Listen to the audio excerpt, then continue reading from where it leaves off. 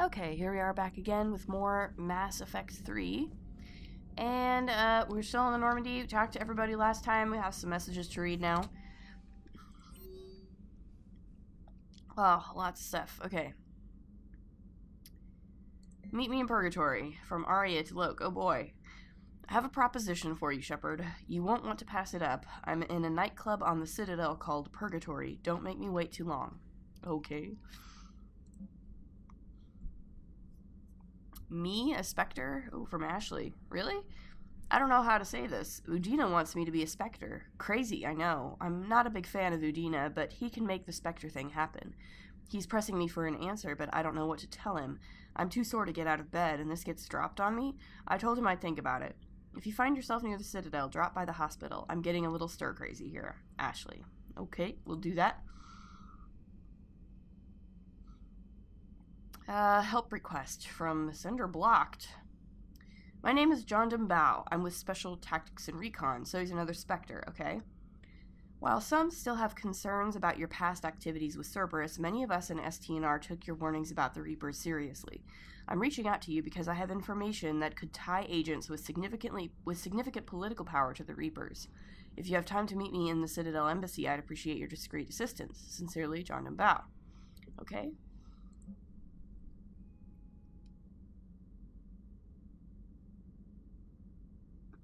Okay. Is this address valid? Shepard, I've called and I've sent messages, but gotten no response. With Earth's comm system out, I don't expect this will get through either, but I heard a rumor that the Normandy docked here at the Citadel. Are you alive? I'm at Huerta Memorial Hospital under the name Tanner Noira. Please excuse the moniker and this email's encryption. In my line of work, it is unwise to advertise my location, particularly when I am not in good health. We should meet before circumstances force us apart again. Thane. Oh, it's from Thane. Okay. Yeah, let's all meet Thane, okay.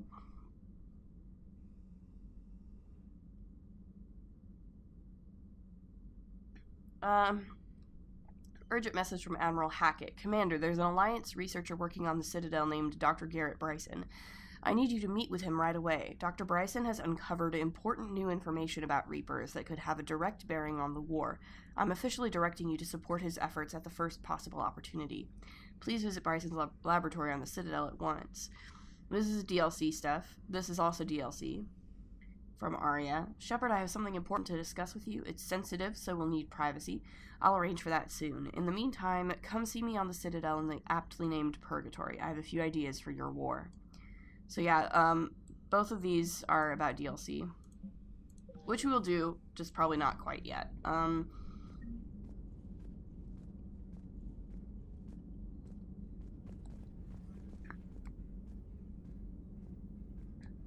We have,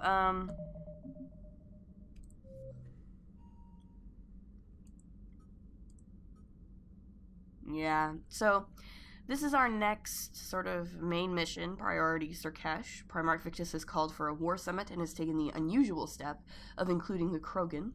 Rendezvous with a Solarian ship and use the Normandy as neutral ground for the summit. We will do that, not too far in the future, but I'm going to do Eden Prime first, and possibly also Cerberus Lab mission if I can. We'll see. And, like, because usually my general rule is to do everything I can before the next priority mission. Because some things actually get sort of locked off if you don't do them soon enough. Depending on the timing of the game, because there are certain things that are going to happen during priority missions that are going to change the landscape of what's happening, and so some things will become locked off as the game progresses. So you generally want to do things as soon as you, like the side missions and stuff, you want to do them as soon as you possibly can before moving on to the next priority mission. But we also have some Codex here now. As usual. The Asari were the first species to discover the Citadel. When the Solarians arrived, it was the Asari who proposed the establishment of the Citadel Council to maintain peace throughout the galaxy. Since then, the Asari have served as the mediators and centrists of the Council. An all-female race, the Asari reproduce through a form of parthenogenesis. Each Asari can attune her nervous system to that of another individual of any gender and of any species to reproduce. This capability has led to unseemly and inaccurate rumors about Asari promiscuity. Asari can live for over 1,000 years, passing through 3 stages of life. In the maiden stage, they wander restlessly, seeking new knowledge and experience. When the matron stage begins, they meld with interesting partners to produce their offspring. This ends when they reach the matriarch stage, where they assume the roles of leaders and counselors.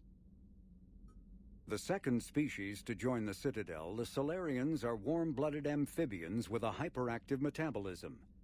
Solarians think fast, talk fast, and move fast. To Solarians, other species seem sluggish and dull-witted. Unfortunately, their metabolic speed leaves them with a relatively short lifespan. Solarians over the age of 40 are a rarity. The Solarians were responsible for advancing the development of the primitive Krogan species to use as soldiers during the Rachni Wars. They were also behind the creation of the genophage bioweapon the Turians used to quell the Krogan rebellions several centuries later. Solarians are known for their observational capability and non-linear thinking. This manifests as an aptitude for research and espionage. They are constantly experimenting and inventing, and it is generally accepted that they always know more than they're letting on. Roughly 1,200 years ago, the Turians were invited to join the Citadel Council to fulfill the role of galactic peacekeepers. The Turians have the largest fleet in Citadel space, and they make up the single largest portion of the Council's military forces. As their territory and influence has spread, the Turians have come to rely on the Solarians for military intelligence and the Asari for diplomacy. Despite a somewhat colonial attitude towards the rest of the galaxy, the ruling hierarchy understands they would lose more than they would gain if the other 2 races were ever removed. Turians come from an autocratic society that values discipline and possesses a strong sense of personal and collective honor.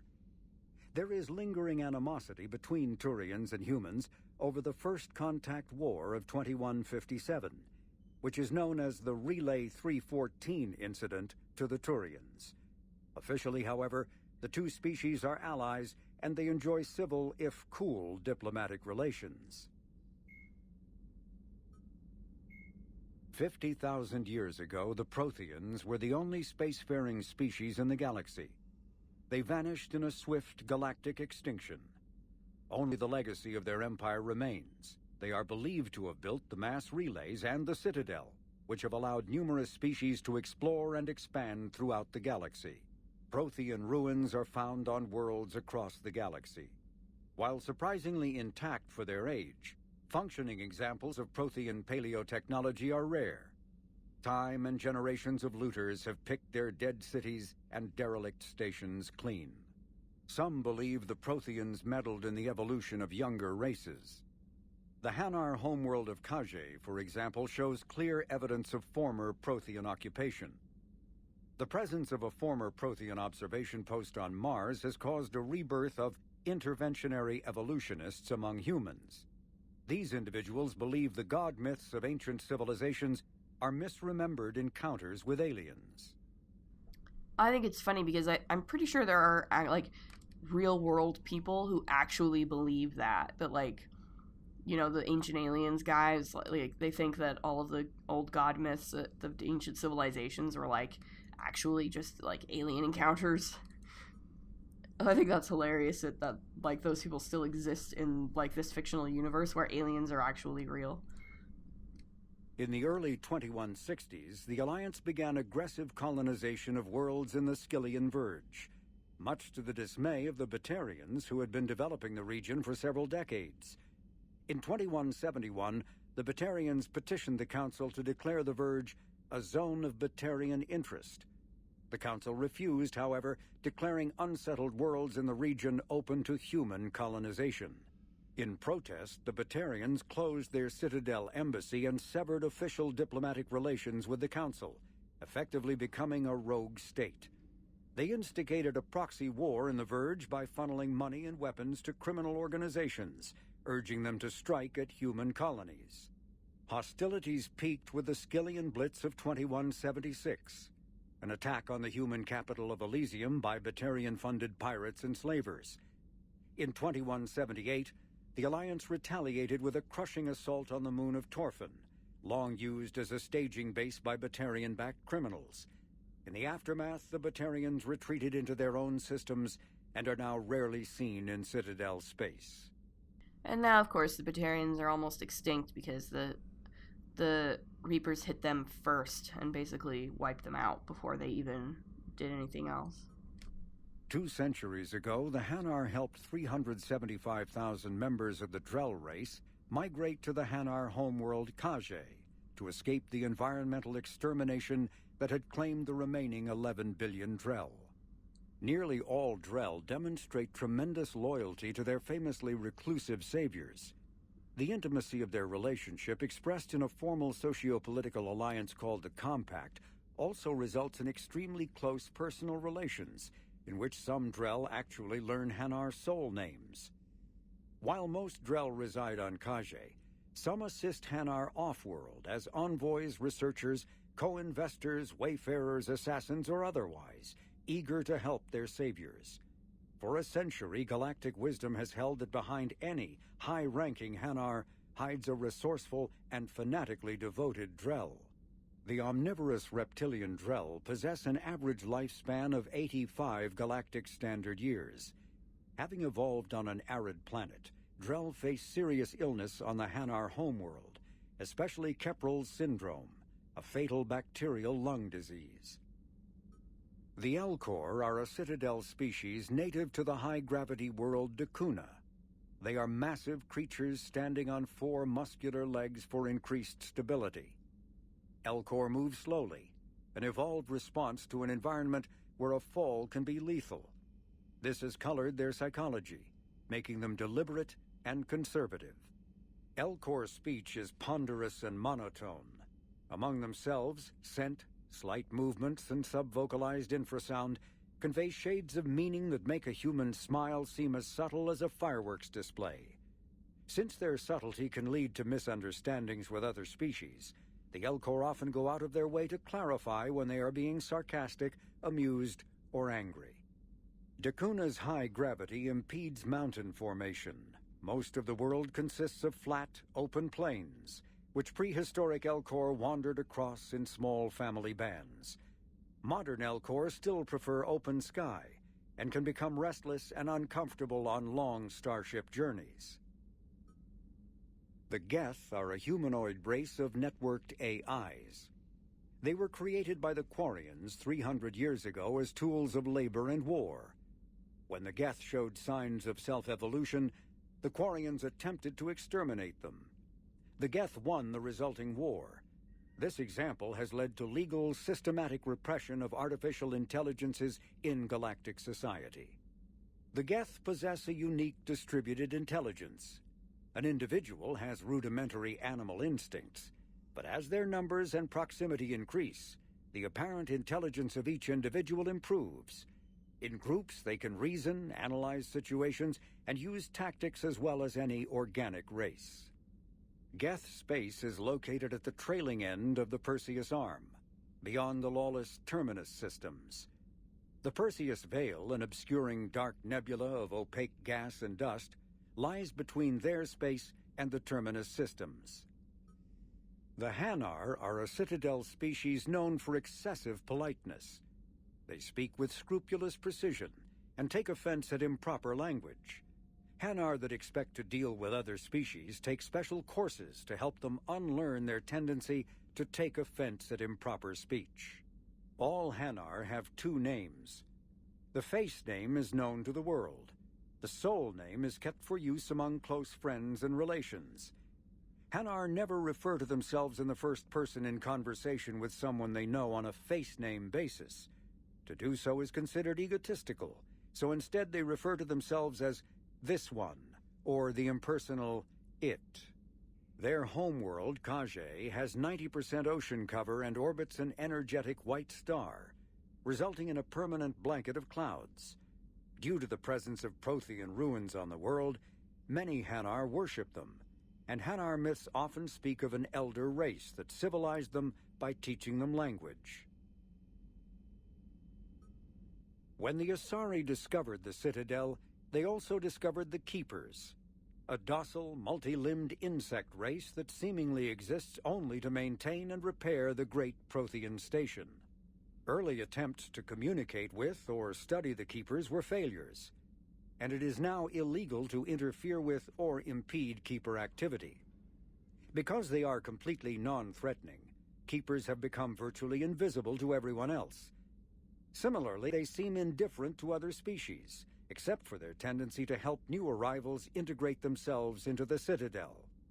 No matter how many Keepers die due to old age, violence, or accident, they maintain a constant number. No one has discovered the source of new Keepers, but some hypothesize they are genetic constructs, biological androids created somewhere deep in the inaccessible core of the Citadel itself. They're also kind of cute in a weird way. The Krogan evolved in a hostile and vicious environment.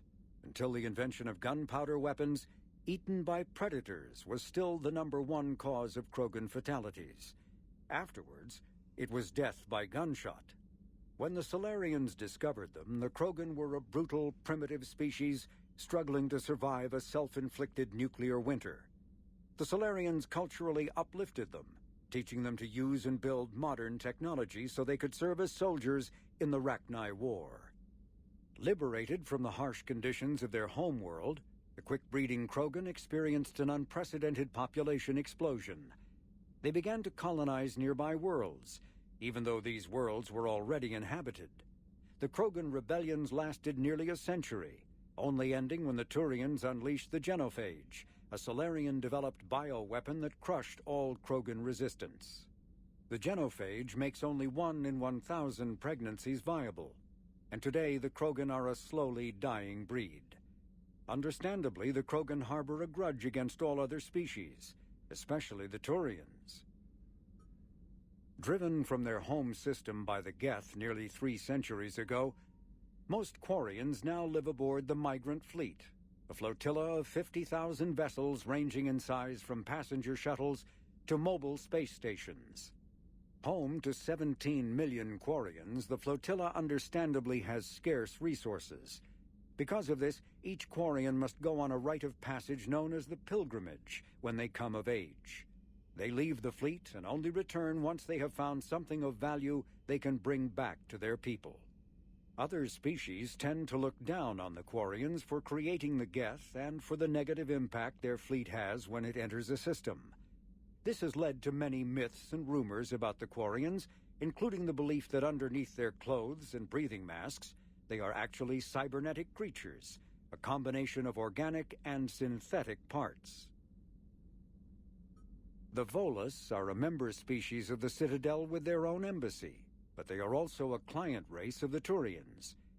Centuries ago, they were voluntarily absorbed into the hierarchy, effectively trading their mercantile prowess for Turian military protection. Irun, their home world, lies far beyond the normal life zone of its star. However, the world has a high-pressure greenhouse atmosphere that traps enough heat to support an ammonia-based biochemistry. As a result, the Volus must wear pressure suits and breathers when dealing with other species, as conventional nitrogen-oxygen-air mixtures are poisonous to them, and in the low-pressure atmospheres tolerable to most species, their flesh will actually split open. Ew. Volus culture is tribal, bartering lands and even people to gain status. This culture of exchange inclines them to economic pursuits. It was the Volus who authorized the Unified Banking Act, and they continue to monitor and balance the Citadel economy. The Citadel is an ancient deep space station presumably constructed by the Protheans. Since the Prothean extinction, numerous species have come to call the Citadel home. It serves as the political, cultural, and financial capital of the galactic community. To represent their interests, most species maintain embassies on the Presidium, the Citadel's inner ring. The Citadel Tower in the center of the Presidium holds the Citadel Council chambers. Council affairs often have far-reaching effects on the rest of the galactic community. 5 arms, known as the wards, extend from the Presidium. Their inner surfaces have been built into cities, populated by millions of inhabitants from across the galaxy. The Citadel is virtually indestructible. If attacked, the station can close its arms to form a solid, impregnable shell. For as long as the station has existed, an enigmatic race called the Keepers has maintained it. Spectres are agents from the Office of Special Tactics and Reconnaissance and answer only to the Citadel Council.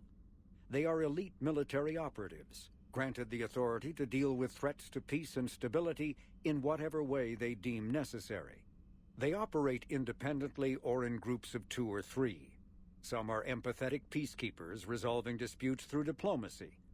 Others are cold-blooded assassins, ruthlessly dispatching problem individuals. All get the job done one way or another, often operating outside the bounds of galactic law. The Spectres were founded after the Solarians joined the Council. For many years they operated in secrecy as backroom problem solvers. Only after the Krogan rebellions did their activities become publicized. Assignment of a Spectre is less contentious than a military deployment, but makes it clear that the Council is concerned about a situation. When humanity won a position on the Council for its part in defending the Citadel, the Alliance chose Captain David Anderson for the position. Udina became his advisor. Anderson eventually quit over frustrations with Council politics, and the Alliance named Udina to the office. Okay. Donald Udina is the lone human on the Citadel Council. Although he has a keen ability for furthering his own political career, Udina has long promoted humanity's interests first and foremost in the galactic arena. Despite his unwavering focus on human interests, Counselor Udina is usually willing to collaborate with other species. Even his opponents concede that Udina gives fair consideration to non-human proposals so long as humanity also benefits. Fair enough. Earth, the home world and capital of humanity, was enjoying a new golden age before the Reapers attacked. Disease, pollution, and other social ills were on the decline, thanks to technological advances and a wealth of resources from the colonies. Earth was an inspiration even to alien cultures, resulting in influence out of proportion with humanity's brief time on the galactic stage. The Reaper attack has put an end to any semblance of this former life. The great cities of Earth are storehouses of human DNA for the Reapers to harvest. Reaper gunships, capable of megaton-scale firepower, annihilated industrial centers in seconds. The militaries of Earth's disparate nation-states have retained only partial communication with the system's alliance fleets, leaving the planet's resistance efforts uncoordinated and vulnerable. The loss of the comm buoy network has cut off Earth's economy from the rest of the galaxy, sending shockwaves across galactic markets and a significant obstacle to receiving aid. A political economic pact for collective colonial security, the Alliance is the central galactic institution of human society. The Alliance gained associate membership to the Citadel Council in 2165 and full membership in 2183, with Ambassador David Anderson representing humanity. Human political-economic relationships vary between combative and lucrative.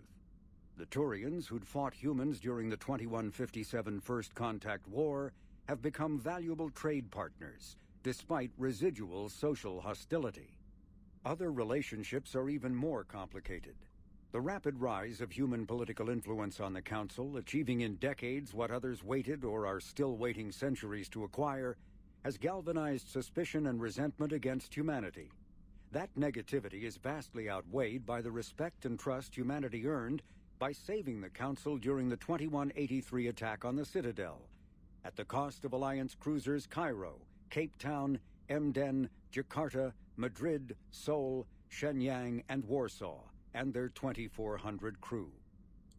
The system's alliance is an independent supranational government representing the interests of humanity as a whole. The alliance is responsible for the governance and defense of all extrasolar colonies and stations.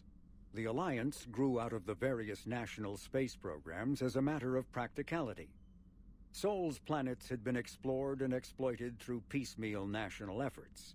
The expense of colonizing entire new solar systems could not be met by any one country. With humans knowing that alien contact was inevitable, there was enough political will to jointly fund an international effort. Still, the alliance was often disregarded by those on Earth until the First Contact War. While the national governments dithered and bickered over who should lead the effort to liberate Shanxi, the Alliance fleet struck decisively. Post-war public approval gave the Alliance the credibility to establish its own parliament and become the galactic face of humanity. Alright, that's some interesting stuff there, and we took a bit of a little chunk out of the Codex at least, so that's good. Next time, because I don't want to spend too many episodes dealing with just the Codex, next time we'll probably go and we'll start Priority Eden Prime. So yeah, as always, if you like what you see, please like, comment, subscribe, and we'll see you in the next episode. Later!